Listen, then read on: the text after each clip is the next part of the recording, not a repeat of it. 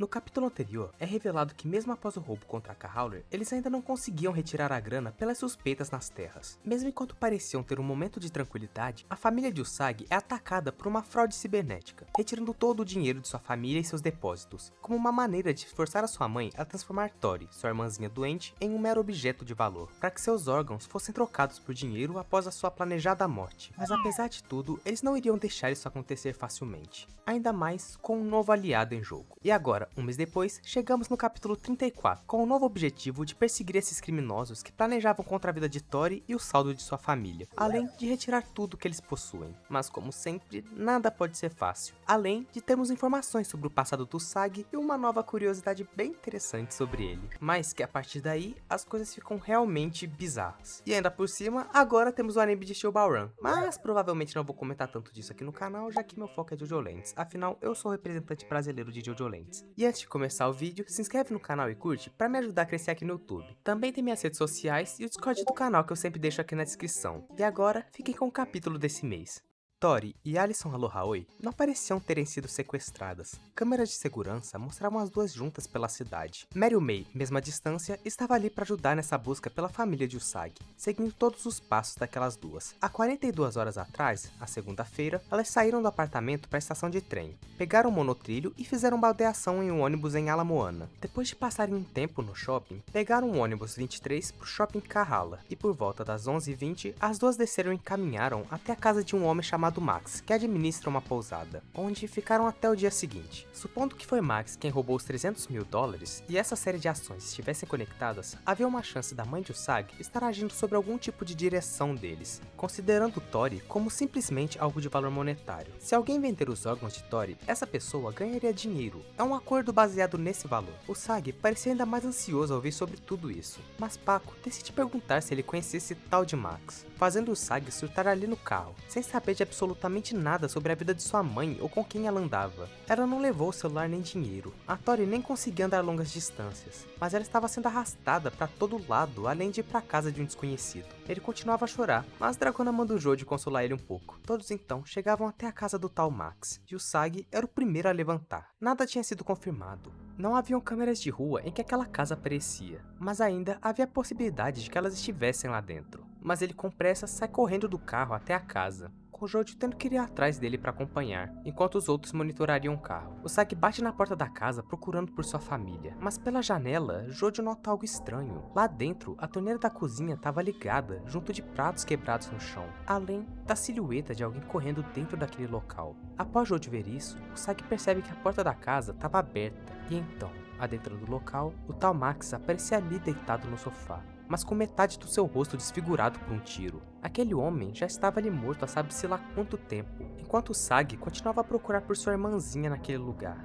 Mesmo olhando todos os cômodos da casa, as duas não estavam em lugar algum, mas algo estranho naquele corpo era que Max parecia ter feito aquilo com as próprias mãos. Ele mesmo tinha se dado o tiro. Talvez tenha sido só coisa da cabeça do Jojo, mas ele podia jurar que viu alguém se movendo de canto de olho. Mas não tinha ninguém escondido ali. Eles tinham certeza que aquilo havia sido um suicídio. Mas Meryl mandava eles meterem o pé dali e voltarem à boutique. Mas Usagi não tinha paciência para isso, mandando sua chefe calar a boca. Aquelas duas deveriam estar ali em algum lugar. Ela então concorda, mas eles não deveriam ser pegos por nenhuma câmera. Ela não tinha ideia do que estava acontecendo, mas com certeza não era mais só uma fraude cibernética. Ninguém entendia nada do que acontecia ali. Usagi então sai correndo para fora da casa usando seu Demate Kudasai em uma câmera, localizando as duas passando pelas portas do fundo e entrando na floresta Banyan há 2 horas atrás. As duas só pareciam estar andando em direção a alguma coisa, simplesmente como se Usagi nem existisse na vida delas. Talvez por eles não terem uma boa relação. Depois que seu pai morreu, sua mãe tinha se virado para cuidar de Tori, mas ainda tinha colocado Usagi com 14 anos em um reformatório. Ele gostava de garotas, mas ele tinha uma queda por um garoto em sua outra escola,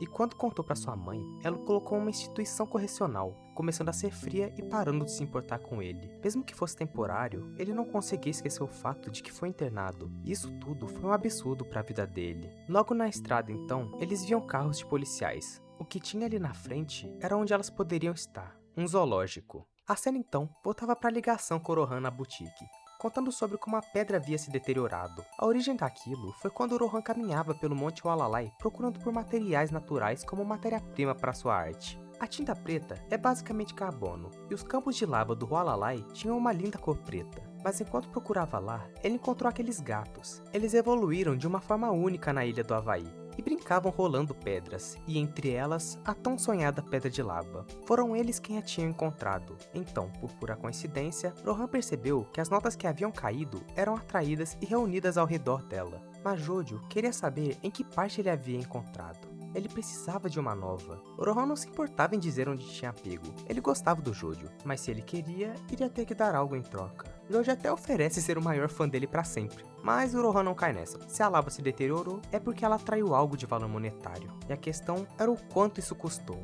Algo tinha acontecido, e era o peso de todo esse dinheiro que eles trouxeram para sua direção. Jojo olha para todos naquela sala. Então, revela a Rohan que as notícias sobre o mega iate de Howler que tinha afundado era culpa deles. Ele claramente não esperava algo nesse nível, mas sabia o nível da riqueza de Howler e o quanto aquilo poderia trazer a ele.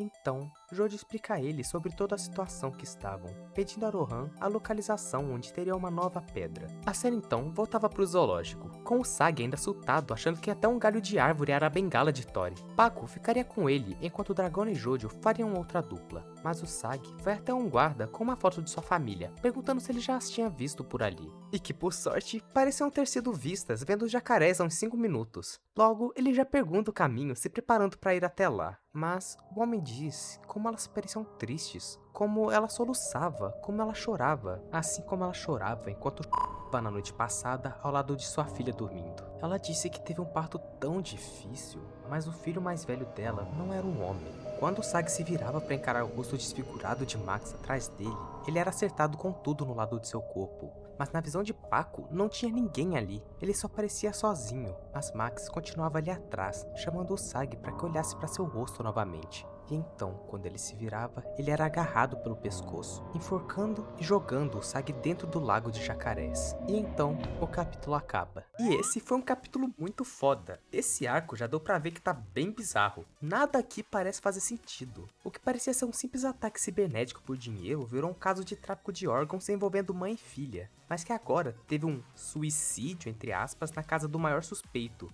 que já parecia ter outra pessoa lá dentro, e ele ainda aparece pra torturar o Sag no final. Olha, isso tá tudo bem difícil de teorizar. Eu acho que talvez esse Max tenha algum stand, tipo Meat como Notorious Big, que funciona depois de morto. Mas ao mesmo tempo, isso também pode envolver aquela pessoa dentro da casa, talvez com algum stand pra reviver o corpo dele, porque ao mesmo tempo que esse stand me lembrou muito a habilidade do Civil War, trazendo o trauma do Sag, ele é extremamente parecido com o Limp Bizkit, que trazia zumbis invisíveis. E como a gente viu, só o Sag enxergava ele. Só que ainda assim, ele ainda parece só poder atacar quando olha pra ele, lembrando também um pouco o Chip Trick. Mas o que me faz pensar um pouco que essa habilidade vai ser mais parecida com o Limp Bizkit é que assim como o usuário dele se chamava Sports Max, o possível usuário dele se chama Max. Ou seja, eu acho que talvez seja uma espécie de releitura desse stand. É realmente quase impossível entender o que caralho está acontecendo aqui. A única coisa que consegui pensar é que seriam 3 usuários de stand. O primeiro sendo quem controla o vírus que apareceu no computador de Allison, o segundo sendo o Max, com essa habilidade que parece ser necessária se matar, e o terceiro, aquele homem ou mulher dentro da casa, que pode ser capaz de reviver o Max depois de usar essa habilidade. Só que a casa ainda estava com uns pratos quebrados, então alguma coisa aconteceu ali. Só que a mãe do Sag e a Tori estavam andando normalmente, como se nada tivesse acontecido naquela casa. Não dá pra entender porra nenhuma.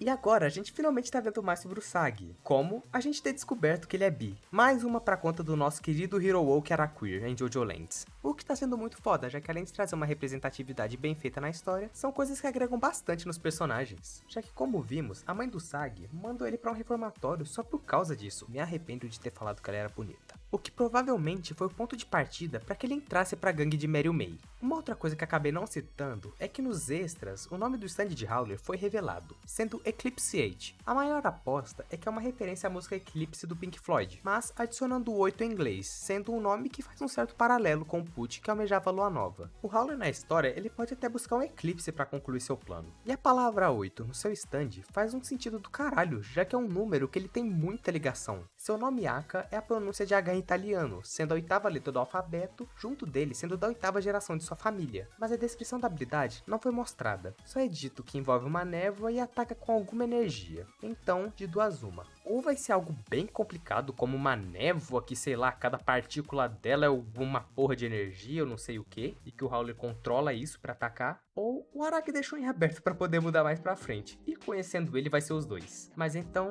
esse foi o capítulo desse mês. Muito obrigado por terem visto até aqui. Falou, e eu amo vocês.